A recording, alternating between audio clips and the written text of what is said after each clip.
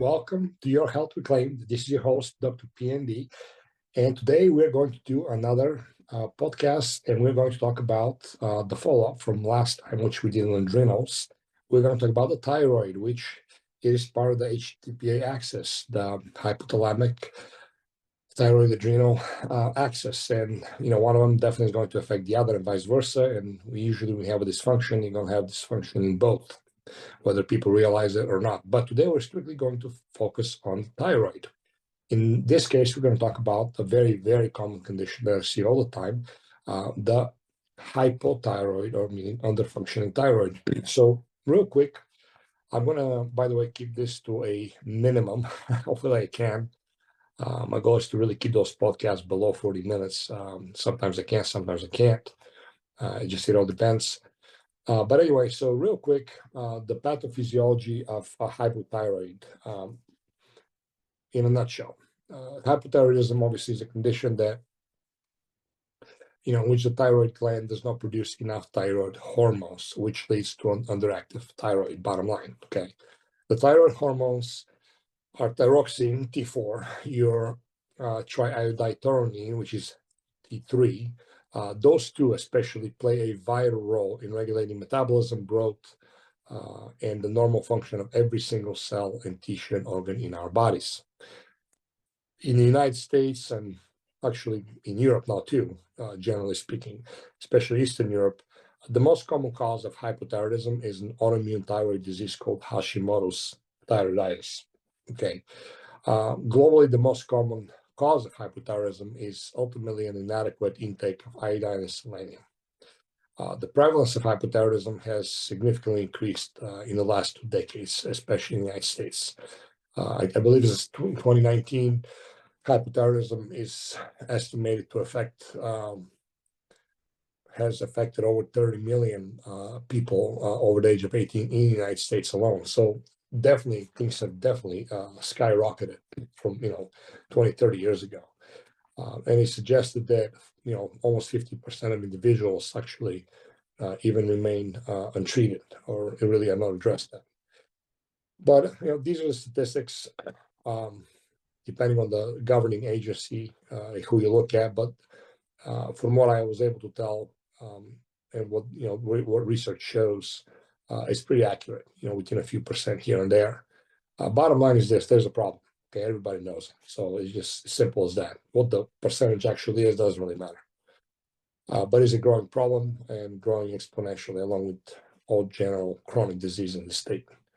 So hypothyroidism may be asymptomatic, okay, or cause numerous range of non-specific symptoms that can vary from very mild, moderate, to obviously very severe. And they really differ from person to person. They really do. These symptoms may include bradycardia, cold intolerance, thinning of the eyebrows, falling hair, dry skin, poor concentration, menstrual irregularities for women. Constipation is a big one, general fatigue, and weight gain, again, primarily, especially in women, actually, primarily, but especially in women.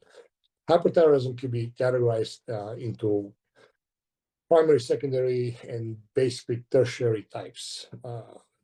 Primary hypothyroidism is more common and really occurs when the thyroid itself is underactive. It is more prevalent in women than in men for some reason, and typically affects individuals between average 30 to 50 plus years of age. Why, I don't know. It doesn't really matter at this point. Secondary and tertiary hypothyroidism occur when there is a dysfunction in the hypothalamic pituitary adrenal thyroid axis. Okay, this is your secondary and tertiary dysfunction. Okay, so there's a difference there, but it really, what I'm going to discuss with you, generally speaking, if you apply these principles, that will affect both. So first of all, again, to be really properly diagnosed with hypothyroidism, you really cannot just look at TSH like most tests do, and maybe T4 and T3. You really have to do a very comprehensive panel, and those diagnostic biomarkers and clinical indicators of hypothyroidism are extremely important. So I'm going to go over them with you so you know what they are. Well, you do a comprehensive thyroid panel. Here's what it actually looks like. You do a TSH, right? So that's a given. That's thyroid stimulating hormone. T4, which is the thyroxine. You do also a free T4. You do the triiodothyronine T3 and a free T3. You do also a reverse T3. So there's 3 T3s. You have the T3, you have the free T3, and you have the reverse T3. And remember, you have 2 T4s. You have the T4 and a free T4. Okay. And in addition, you also have a fourth T3 that is going to be a T3 uptake. Okay. And primary hypothyroid, you're going to see a decreased T4 and or T3 and an increase in TSH. Because when you have a primary hypothyroidism, your pituitary gland is going to be sending the signal to your thyroid, the TSH, to stimulate the hormone, and your thyroid is not producing it. Okay, that's why you're going to have an increased TSH, because the pituitary is telling the thyroid produce, and your thyroid cannot or is not, and it's not producing T4 and the T3, and that's why, generally speaking, how you can tell primary hypothyroidism when you have a decreased T4 and T3 and an increase in TSH. Secondary and tertiary hypothyroid, you're going to have a decreased T3 and T4 and also a decreased TSH. Okay. What does that mean? Well, it means that ultimately you have a dysfunction on all levels here, and you really have to be careful how you read those tests. Somebody has to be qualified to read those tests, because a lot of people get prescribed medications and will get overlooked in the first place. So in addition to the tests I mentioned, there's also a few other tests. You're going to look for the thyroxine binding globulin, or TBG, and you're also going to look for thyroid antibodies. There's 2 types of antibodies in those tests they look for. There's the thyroid peroxidase, the TPO, and there's the thyroglobulin antibody, which is TGAB. Okay, so thyroid antibodies and thyroid binding globulin. Okay, I don't have the time to go in here and get complex. I don't think the podcast anybody really would even understand, quite frankly, unless you do it for a living. It's easier to look at charts and to look at actually graphs, but there's a lot of correlation in conversion patterns. Obviously, if you have thyroid antibodies, or if you have thyroid binding globulin, how high is it? Like, a lot of different things can interplay. Okay. The good news is this, that most often, if done correctly, this condition can be completely reversed or at least drastically improved. Okay. Considering there's no like any other underlying issues that obviously get complex. But here's the bottom line when it comes to lifestyle interventions and therapeutic diet and nutritional considerations. So I always recommend a good balanced diet. Okay, again, no low carb, especially when it comes to keto and no carbs. Just like the adrenal glands, low carb, let alone keto, it will really damage that.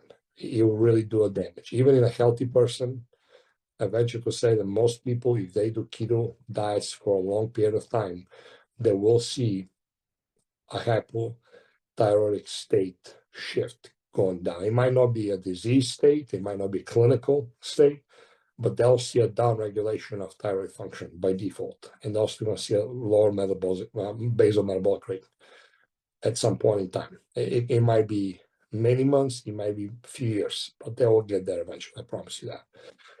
So ketogenic diets, when people ask me, they can be beneficial short-term or mid-term for certain conditions, more certainly. And those are usually more neurological conditions that I do not deal with. They can be, but for the average person, or for me to stay shredded and lean with a six-pack, ketogenic diets are not the best way to go by any means. First of all, when it comes to diet, you have to respect bioindividuality. That makes a big difference. But even before that, you need to do a food sensitivity test to see what you're sensitive to. If you have hypothyroidism, okay, have it chronically for a long time, you will have some kind of gastrointestinal dysfunction. I can guarantee you that. So a GI map test is in order. A food sensitivity is in order, and then from there, it's recommended that you follow a good, wholesome, well-balanced macro and micronutrition diet. Okay, where the carbohydrates are definitely no less than 30%. Okay, or give or take.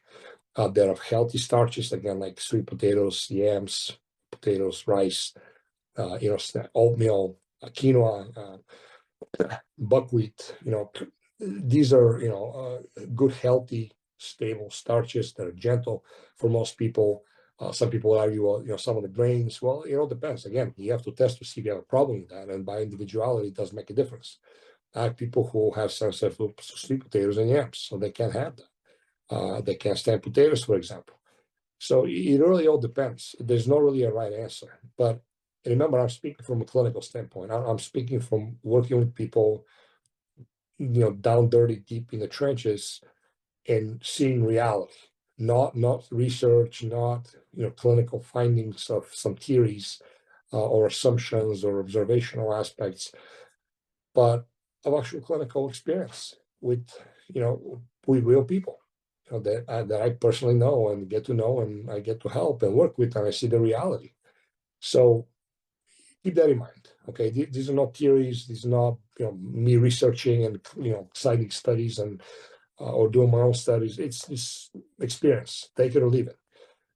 But you want to have a good balanced carbohydrate intake, because in the long term, low, very low, and especially keto will hurt you. I promise you that. Okay, especially if you're a woman, and even a man over 40, 50 years old, you're gonna have problems. You have adrenal stress, you have thyroid stress, which one, it cannot go without the other by default to some extent or another. You will end up struggling. So respect carbohydrates and don't let it drop below 30%.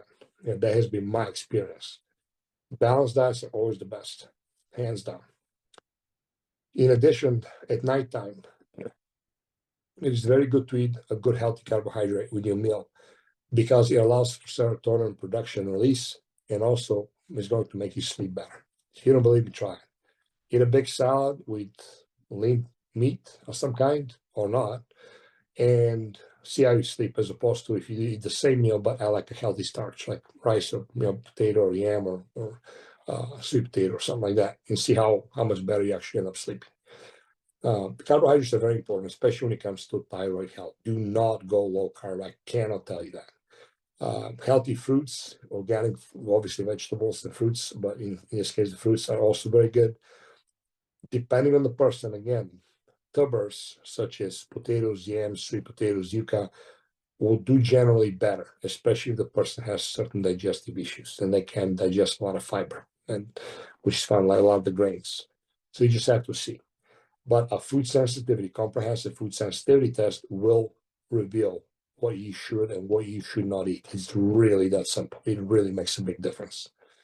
So you have to also support, as we talked about, GI map test. I run on anybody with thyroid without fail, because you will always see some kind of deficiency or some kind of dysfunction in the GI without fail.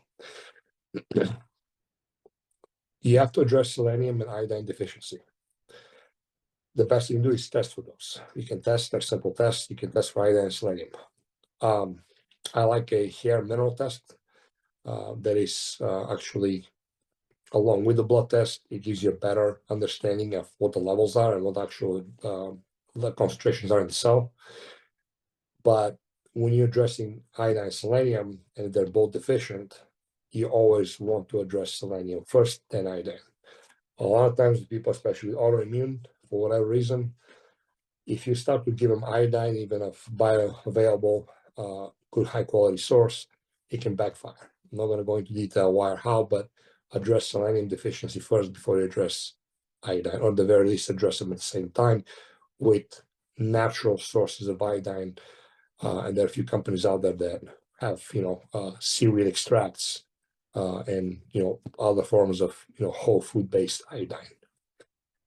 If they can eat Brazil nuts, which is extremely high in selenium, again, back to what we talked about, in the previous podcast, supplements always rank supreme because they can dose them accurately, specifically, at the right frequency, and the right dosing and timing for the person without deviation, as opposed to food. You don't know what the person is able to digest, absorb, assimilate, and also you have no idea what was in the soil that this food was grown on.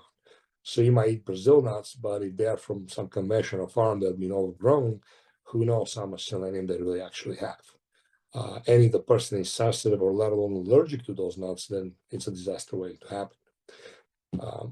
Now, the good thing about selenium, halibut and sardines and shrimp do have quite a bit. And this is really good. So if people are not sensitive to those, these are actually very healthy, high quality foods that obviously have a lot of protein to eat. Iodine, again, good quality, clean seaweed, cod, shrimp, good organic, pasture raised eggs, and generally speaking, seafood has that. If you're addressing deficiency with iodine, as I said before, from food is not a problem. If you're addressing it from a supplemental standpoint, especially something like a synthetic derivative like potassium iodide, which is very common, it's not bad, but it's very common, it's very strong, it's very easily, I can replenish the iodine source, but it can backfire if you do not address selenium first. So remember that. As long as you're eating just actual real food, not a problem.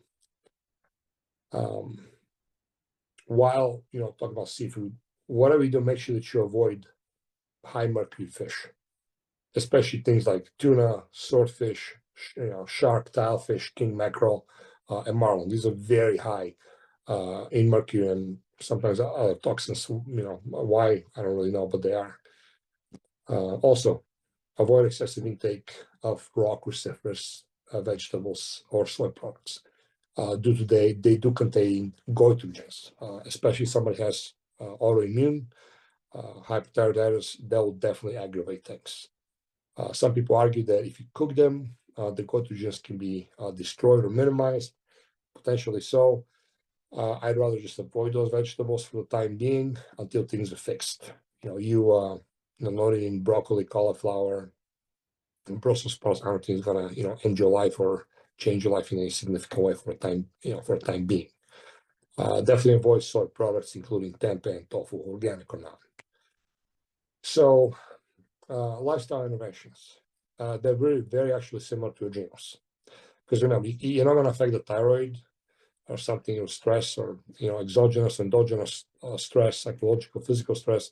That is not going to affect the adrenals and vice versa. It's not going to happen. So with this, thyroid, especially if it's autoimmune, obviously you have to support the immune system. Okay. And first and foremost, as I said, you have to remove the triggers, which is food sensitivities, toxins, like we talked about in the adrenal podcast, and fix the GI. Yeah, if you have intestinal permeability, aka leaky gut, if you have high calprotectin levels, high zonin levels, these are signs of inflammation and intestinal permeability. You have to fix that. Obviously, if there's any pathogens, that has to be addressed, but you got to fix the GI. Bottom line. Because 80% or so of your immune system is directly or indirectly mediated in your GI. So the GI has to be addressed, and the immune system has to be supported without fail. Whether it's autoimmune, obviously, is more important, but even just regular hypothyroid, you definitely have to support the immune system by default. Identify, again, any and all environmental sources of toxins, especially halogens, fluoride, bromide, and really be very careful. My advice is to remove anything that contains those ingredients in your home and consumption. So first of all city water is fluoridated. They just passed a law, I believe, that they're going to start taking it out. I'm not sure when or how. Fluoride has been around for a long time. There's been a lot of problems has been caused by it. That a lot of people have spoken about it, written about it. But until now, nobody has done anything about it. So in the meantime, get a reverse osmosis water filtration system or a high quality water distillation system for your consumption. Anything that you cook with, anything you drink with, brush your teeth with, use that type of water, hands down. Okay. So very important. Personal hygiene products, again, you have to be careful because those are loaded. Cleaners, air fresheners, basically remove any and all chemicals from your house. You really just, there's a lot of websites out there, the Environmental Working Group, EWG. You can go on there. They have awesome databases, again, from skin, their skin deep database that is called, to personal hygiene, to clothing, to cleaning agents, foods, you name it. But you have to remove those chemicals. You have to. Okay. Another thing, again, is back to the stress. Listen to the adrenal webinar that we did, the podcast, I'm sorry. And I talked about the stress. You have got to address your stress. Worry about what you can control, eliminate that, or reduce it drastically, and do not worry about what you cannot control. But stress, I know it's like a broken record, and there's a lot of people have talked about it, but very few people pay attention to it because you cannot really honestly see it. And a lot of the stressors in life are cumulative. And one of the things I made a point, a very quick way to eliminate stress is stop watching garbage on TV, stop watching anything that has negativity. Whether that be news, whether that be soap operas, whether that will be reality TV shows, unless obviously there's something positive, and fun, and like, gardening or cooking or something. But things that, incite real life events, whether, a popular TV show like SEAL Team or Blue Bloods, Chicago Fire, I don't know what else, the King of Tulsa, all these are shows that are ultimately nothing but, violence, murder, theft, assault, rape, stealing, cheating, lying, and they portray real life events. The NCIS shows, a lot of people are addicted to those. Again, you're just putting violence and negativity in your mind, and it might sound funny, but it's reality because your body has to process that. So yes, in your mind, you're like, well, this is fake. It's, just entertainment. Well, it is entertainment, but it portrays real life events that actually take place to real people. And perhaps you or somebody might have experienced some unfortunate event or have witnessed something like that. And bottom line is that these things cause stress. They really, really do.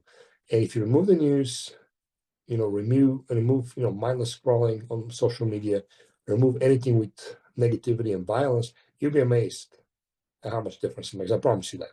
Try watching entertaining stuff that are funny, positive, and building, whatever that might be to you. It can be music, it can be, watching the funnies, the American Funniest Videos, the funny fails. There's a show called Pure Fails. It's hilarious on YouTube. Watch gardening, anything that is about creativity and building and positivity. You'll be amazed. I'm preaching to the choir here because I have fallen victim to that numerous times. I was raised on action movies, and even though I never like horror and gore and like aggressive thrillers, I liked action. Well, the action still, even the benign PG-13 ones is nothing but suggestive of, it shows violence and murder and other stuff like that your mind subconsciously takes in. Try it. I dare you. I challenge you to try it, and for 1 week and see what happens. I promise you will feel better without fail.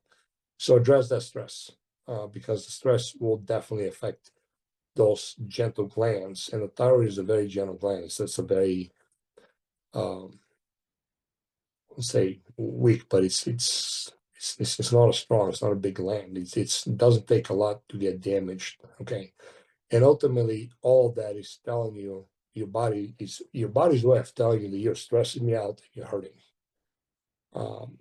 That's what ultimately boils down to. So I know it takes a lot. It takes a lot of intentionality, a lot of discipline, a lot of diligence, strong will to do that. It's not easy. I get that. Habit changes are the hardest, hands down. As simple as that might be, they are absolutely the hardest. Especially if, we associate them with a lot of fun and, pleasure and, community, family, whatever it might be that, we want to watch that. So, I really admonish you to, start to address these. You'll never be sorry. I promise you that. Last thing I'll mention again, because I have to, is alcohol. Alcohol, there's a lot of problems with alcohol. I'm going to do actually a third podcast, believe it or not, the dangers and the perils of alcohol consumption, chronic or semi-chronic or regular, what they call. We're not talking about being a drunkard. We're not talking about consuming high amounts, drinking a lot. We're talking about just regular average person that consumes, give or take, 40 grams of alcohol a week. That's usually about a 12-ounce beer a day, or like a glass of wine a night, which a lot of people do. Avoid alcohol. If you want to fix your thyroid, you will have to avoid alcohol, otherwise it's not going to happen. I'm not talking about once a month having a celebration with a friend or some special occasion that you have a couple of drinks or more a little bit, not a problem. But the regular consumption of ethanol will not allow your thyroid to heal, nor your adrenals, nor not really a lot else. Since we're talking about thyroid in this podcast, avoid alcohol. So if you guys have any more questions, reach out to us. Go to DrPND.com. We're on social media. We're on Facebook. We're on Instagram.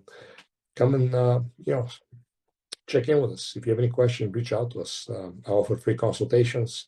Would love to talk to you. I'd love to see if I can help you or clarify at least something else out. Send us an email, send us a text. We'd love to hear from you. And remember, the goal is, to really live a healthy life, a vibrant life, or at least the best that we can based on our own circumstances that, we live in and our own genetic traits that we have and we possess. We obviously don't live in a perfect world, and nobody will ever be perfect. But we really can do a lot to really change the state of health that we're in, that our country's in. Everything and everybody's going to be for the better if we do this. I know it's not easy. I had my health journeys a few times, and it was a struggle. It wasn't easy, but was it worth it? Absolutely. I would have paid any price for that. So I hope you guys enjoyed this.